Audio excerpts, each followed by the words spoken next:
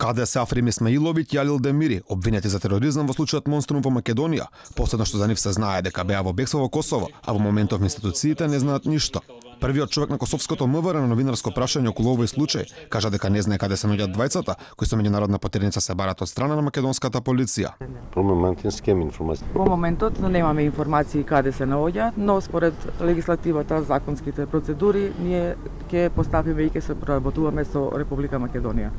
Трагата на Исмаиловиќ и Демири се губи на 22 јануари 2016 година, кога Косовскиот апелационен суд го одби барањето за нивна екстрадиција и двајцата беа пуштени од притвор. Во однос на меѓународната потерница за лицата Африм Исмаиловиќ и Алил Демири, издадена од Министерството за внатрешни работи на Република Македонија, која се уште е активна доколку истите лица бидат најдени во трета земја, надвор од границите на Република Косово и Република Македонија, ќе се постапи по барањето на екстрадиција на Министерството за правда на Република Македонија. За петкратното убиство кај Смилковското езеро Исмаиловиќ и Демири, заедно со уште 4 лица, беа осудени на доживотна казна затвор пред Врховниот суд да ја поништи пресудата и го врати делото на повторно одлучување по барање на СЈО, велејќи дека во така наречените бомби имало докази кои може да донесат нови моменти во случајот, иако според новиот предлог закон за јавно обвинителство, бомбите во Монструм нема да бидат докази.